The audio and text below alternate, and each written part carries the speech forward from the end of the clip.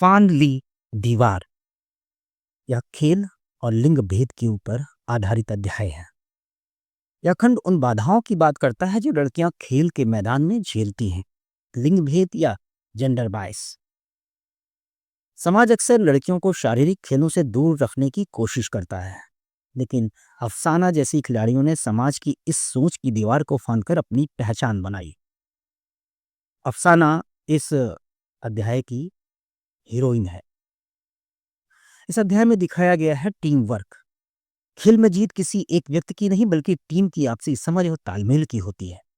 एक अच्छी टीम वह है जहां खिलाड़ी एक दूसरे की कमियों को ढकते हैं और ताकत को बढ़ावा देते हैं। अर्जुन पुरस्कार यह खेलों के क्षेत्र में दिया जाने वाला भारत का एक प्रतिष्ठित पुरस्कार है। यह खिलाड़ियों की उत्कृष्ट उत्कृष्ट प्रदर्शन और अनुशासन के लिए प्रदान किया जाता है। जाएं तो जाएं कहां। इस अध्याय में विकास का दर्द बताया गया है। बांध और बड़े प्रोजेक्ट के पीछे छिपे विस्थापन की कहानी को हम देखेंगे।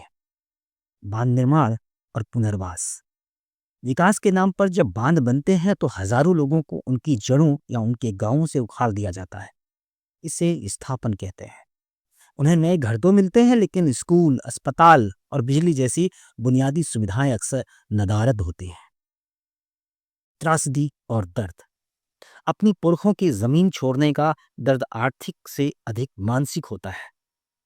खेड़ी जैसे गांवों का डूबना केवल मिट्टी का डूबना नहीं है, बल्कि एक पूरी संस्कृति और यादों का अंत है। इस अध्याय में खेड़ी गांव का जिक्र किया गया है। विकास का मूल्य। यह प्रश्न खड़ा करता है कि क्या बड़े बांधों से होने वाला लाभ उन गरीबों की बलि देकर उचित है जिन्हें बदले में केवल अनिश्चित भविष्य मिलता है। आगे देखेंगे किसानों की कहानी, बीज की जुबानी। खेती की बदलती तकनीक और प्राकृतिक संकेतों की समझ पर आधारित है यह अध्याय। बीजों का संरक्षण। पहले समय में बीजों को कीड़ों से सुरक्षित रखने के लिए नीम की पत्तियां प्रयोग की जाती थी और उन्हें सूखी लौकी के एक खोल में मिट्टी लीप कर रखते थे। यह एक बेहतरीन प्राकृतिक कीटनाशक और नमी रोधक तरीका था। ऊंधियूं। नाम फिर से सुने। ऊंधियूं। उधियूं यह एक गुजराती डिश है। सर्दियों के मौसम सब्जियों को एक मटकी में मसाले के साथ भरकर उन्हें सील करना और कोयले के अंगारों पर मटके को उल्टा रखना। ऊंधियूं का अर्थ ही गुजराती में उल्टा होता है। इसे अक्सर बाजरे की रोटियों और घर के बने मक्खन के साथ खाया जाता है। फिर से नाम याद करें। ऊंधियूं। भूमि की उर्वरता। एक ही तरह की फसल बार बार उगाने और रासायनिक उर्वरकों के प्रयोग से भूमि की उर्वरता कम हो जाती है। ध्यान दें, एक ही तरह की फसल बार बार उगाने से भूमि की उर्वरता कम हो जाती है। इसे मिट्टी का थकना भी कहते हैं। फसल चक्र या क्रॉप रोटेशन और जैविक खाद इसका समाधान है। फसल और पानी का गणित। किसान एक साल में कितनी तरह की फसल उगाते हैं यह सिंचाई की सुविधा पर निर्भर करता है। धान या राइस को अत्यधिक पानी की जरूरत होती है, जबकि बाजरा और चने कम पानी में भी उग जाते हैं। क्रोटोन यह एक प्राकृतिक संकेतक है। क्रोटोन एक पौधा है जिसकी जड़ें बहुत नीचे तक तो नहीं जाती और यह रंग बिरंगे पत्तों वाला पौधा यदि मुरझाने लग जाए तो इसका मतलब उस जगह पर पानी की कमी हो गई है। किसान इसे सिग्नल के रूप में इस्तेमाल करते हैं ताकि उन्हें पता चल सके कि अब खेत को पानी की जरूरत है। अगला अध्याय है किसके जंगल। यह आदिवासी और प्राकृतिक रिश्ते के बारे में है। प्राकृतिक संतुलन। आदिवासी समाज जंगल के मालिक नहीं बल्कि रक्षक माने जाते हैं। वे जंगल को लूटते नहीं हैं बल्कि केवल अपनी आवश्यकता भर, जैसे जलावन की सूखी लकड़ी, फल, औषधि आदि ही लेते हैं। वो जंगल को लूटते नहीं हैं। तोरांग। झारखंड में बोली जाने वाली कुरुक भाषा में तोरांग का अर्थ जंगल होता है। तोरांग का अर्थ जंगल होता है। यह शब्द आदिवासियों के लिए केवल एक जगह नहीं बल्कि उनकी पहचान और घर है। कौन सा? तोरांग। जंगल अधिकार कानून 2007 यह अधिकार और संरक्षण से संबंधित है। यह कानून ऐतिहासिक अन्याय को सुधारने के लिए बनाया गया था। हक और पहचान। जो लोग कम से कम 25 वर्षों से जंगल में रह रहे हैं, उनका वहां की जमीन और पैदावार पर कानूनी हक है। सुरक्षा, उन्हें वहां से विस्थापित नहीं किया जा सकता, मतलब हटाया नहीं जा सकता। ग्राम सभा की भूमिका, जंगल को बचाने और उसका प्रबंधन करने की जिम्मेदारी वन विभाग की बजाय स्थानीय ग्राम सभा की होती है, क्योंकि वो जंगल को सबसे बेहतर समझते हैं। वनों का महत्व और वर्तमान स्थिति, जंगलों की कटान का मौसम पर क्या प्रभाव पड़ता है। जंगलों की अंधाधुंध कटाई से पारिस्थितिक संतुलन बिगड़ जाता है। वर्षा में कमी, पेड़ वाष्पोत्सर्जन या ट्रांसपिरेशन द्वारा हवा में नमी छोड़ते हैं, जिससे बादल बनते हैं। पेड़ों की कमी से सूखा बढ़ता है। ग्लोबल वार्मिंग, पेड़ कार्बन डाइऑक्साइड सोखते हैं। वन कटने से कार्बन डाइऑक्साइड बढ़ती है, जिससे पृथ्वी का तापमान बढ़ जाता है। मृदा अपरदन या सॉइल एरोजन, पेड़ों की जड़ें मिट्टी को जकड़ कर रखती हैं। वन न होने पर बारिश का पानी उपजाऊ मिट्टी को बहा ले जाता है। वनों की सघनता के आधार पर हम राज्यों की स्थिति को देखेंगे। भारत वन रिपोर्ट ISFR के अनुसार क्षेत्रफल के आधार पर मध्य प्रदेश में सबसे अधिक वन क्षेत्र है। मध्य प्रदेश में सबसे अधिक वन क्षेत्र है एरिया वाइज, जबकि प्रतिशत के आधार पर मिजोरम और अरुणाचल प्रदेश जैसे उत्तरी पूर्वी राज्यों में वनों की सघनता डेंसिटी सबसे अधिक है। मिजोरम का तो लगभग 84% भाग वनों से ढका है। हम देखेंगे मिजोरम की अनूठी कृषि और संस्कृति। टीन से जमीन नापने का तरीका, मिजोरम में जमीन किसी एक व्यक्ति की नहीं बल्कि पूरे गांव की साझा संपत्ति मानी जाती है।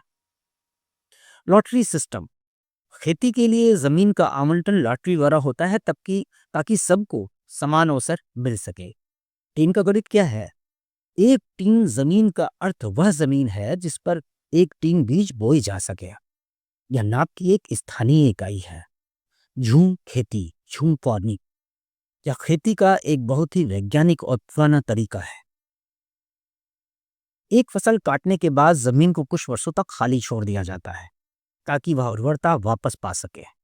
वहां उगने वाले बांस या झाड़ियों को उखाड़ा नहीं जाता बल्कि काटकर जला दिया जाता है। राख का महत्व, जलाने से बनी राख मिट्टी के लिए खाद या फर्टिलाइजर का काम करती है। और यहाँ पर जमीन को जोता नहीं जाता, बस हल्का सा कुरेद कर बीजों को छिड़क दिया जाता है। बात करेंगे चेराओ नृत्य की या चेराओ नाच की। चेराओ डांस, यह मिजोरम का सबसे प्रसिद्ध पारंपरिक नृत्य है। विधि, इसमें लोग दो दो की जोड़ी में आमने सामने बैठते हैं और जमीन पर बांस की डंडियों को तालबद्ध तरीके से पीटते हैं। यह किस अवसर पर किया जाता है? यह नृत्य मुख्य रूप से फसल की कटाई के जश्न के दौरान किया जाता है। डंडियों के बीच में नर्तक बहुत ही सावधानी और फुर्ती से कदम रखते हैं। आगे देखेंगे किसकी झलक किसकी छा। ये वास्तव में आनुवंशिकता के विज्ञान पर आधारित है।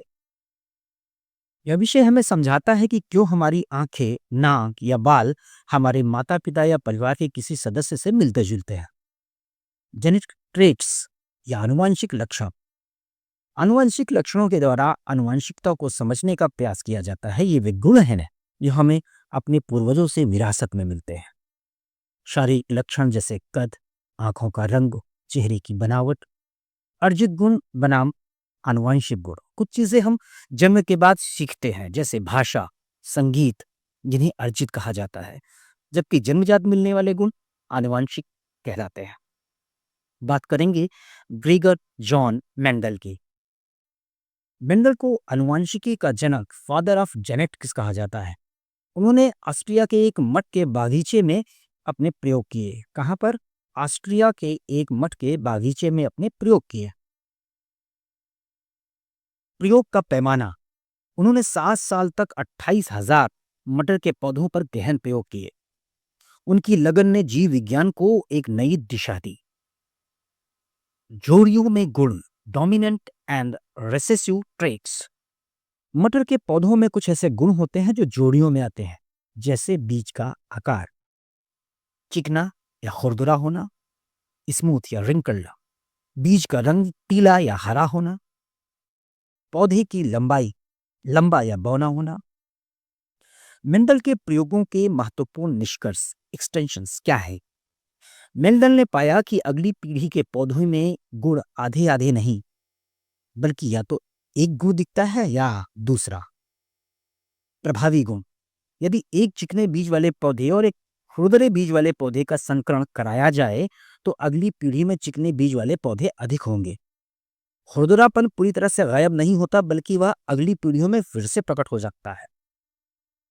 मटर के पौधों का चुनाव क्यों किया? मेंडल ने मटर को इसलिए चुना क्योंकि इसका जीवन चक्र छोटा होता है और इसके गुणों को स्पष्ट रूप से देखा जा सकता है।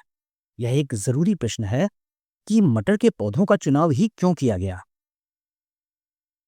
पोलियो और आनुवंशिकता, यह एक महत्वपूर्ण भ्रांति है जिसे दूर करना जरूरी है। पोलियो कतई आनुवंशिक नहीं होता। यह एक वायरस से फैलने वाली बीमारी है जो किसी के माता पिता के होने पर बच्चे को विरासत में नहीं मिलती। जुड़वां बच्चे, ट्विंस, कभी कभी जुड़वां बच्चे बिल्कुल एक जैसे दिखते हैं, उन्हें आइडेंटिकल ट्विंस कहा जाता है, लेकिन उनके पास भी कुछ अलग गुण या फिंगरप्रिंट्स हो सकते हैं। आगे देखेंगे। फिर चला काफिला। यह खंड मुख्य रूप से गन्ने की खेती से जुड़े मजदूरों के विस्थापन और उनके संघर्ष की कहानी है। सबसे पहले देखेंगे मुकादम। कौन होते हैं मुकादम? मुकादम वह व्यक्ति या एजेंट होता है जो गन्ना कारखानों के लिए मजदूरों का इंतजाम करता है। यहाँ कर्ज का एक चक्र होता है पूरा। वह गांवों के परिवारों को उनके मुश्किल समय में, जब बारिश नहीं होती या काम नहीं होता, उन्हें कर्ज देता है। काफिले का चलना, दशहरे के बाद जब गन्ने की कटाई का समय आता है तो ये परिवार अपना गांव छोड़कर कारखानों के पास झुग्गियों में रहने चले जाते हैं। मुकादम ही उन्हें बताता है कि उन्हें किस खेत में काम करना है और उनके खर्चों का हिसाब या कर्ज की वसूली करता है। शिक्षा पर प्रभाव, इस पलायन के कारण बच्चों की पढ़ाई बीच में ही छूट जाती है। इसके अलावा नशा और नशे से बचाव। पलायन, गरीबी और कठिन श्रम के कारण कई बार मजदूर नशे की ओर झुक जाते हैं, जिससे बचाव अनिवार्य है। नशे के कारण क्या है? अकेलापन, भारी थकान, तनाव और शिक्षा की कमी, ये सब अक्सर नशे का कारण बनती हैं। दुष्प्रभाव क्या है? नशा न केवल स्वास्थ्य खराब करता है बल्कि आर्थिक तंगी को और बढ़ा देता है, जिससे परिवार कर्ज के दलदल में या मुकदम के जाल में और धंसता चला जाता है। इससे बचाव के उपाय क्या हैं? जागरूकता, नुक्कड़ नाटकों और शिक्षा के माध्यम से नशे के दुष्प्रभावों को समझाना। विकल्प क्या है? मजदूरों के लिए मनोरंजन और सामुदायिक जुड़ाव के स्वस्थ रास्ते बनाना। संस्थागत मदद कैसे मिल सकती है? नशा मुक्ति केंद्रों और सरकारी योजनाओं के माध्यम से परामर्श या काउंसलिंग प्रदान करना। तो दोस्तों, हम लोगों ने कक्षा 5 की एनसीईआरटी आसपास के अध्याय 1 से अध्याय 22 तक को वीडियो नंबर 3 और 4 में कवर कर लिया है। अब आगे के अध्यायों में हम जो पेडागोजी है ईवीएस से संबंधित, उसको देखेंगे। यदि आपको लगता है कि ये वीडियोस किसी काम के हैं या आपके मतलब के हैं तो लाइक, शेयर और कमेंट करिए। देखिए, कमेंट करने से क्या होता है कि हमें हमारे काम का अंदाजा होता है कि हमारी दिशा सही है या गलत है। कई बार ये मोटिवेशन का काम भी करते हैं। इसलिए ज़रूरी है कि यदि आपको अगले वीडियो लेक्चर्स चाहिए, आपको लगता है ये आपके काम के हैं, तो कम से कम कमेंट्स ज़रूर करिए। और धरोहर का जो व्हाट्सएप चैनल है, उसका लिंक कमेंट बॉक्स में रहेगा। आप लोग वहाँ पर पहुँचते जाइए ताकि भविष्य में जब कभी आपको पीडीएफ नोट्स की ज़रूरत पड़े तो वहाँ पर आप कम से कम मांग तो सकें। धन्यवाद। धरोहर की अगली प्रस्तुति में हम लोग पेडागोजी को देखेंगे और अन्य विषयों में हम यूरोप में पुनर्जागरण, उसके बारे में बात करेंगे। धन्यवाद।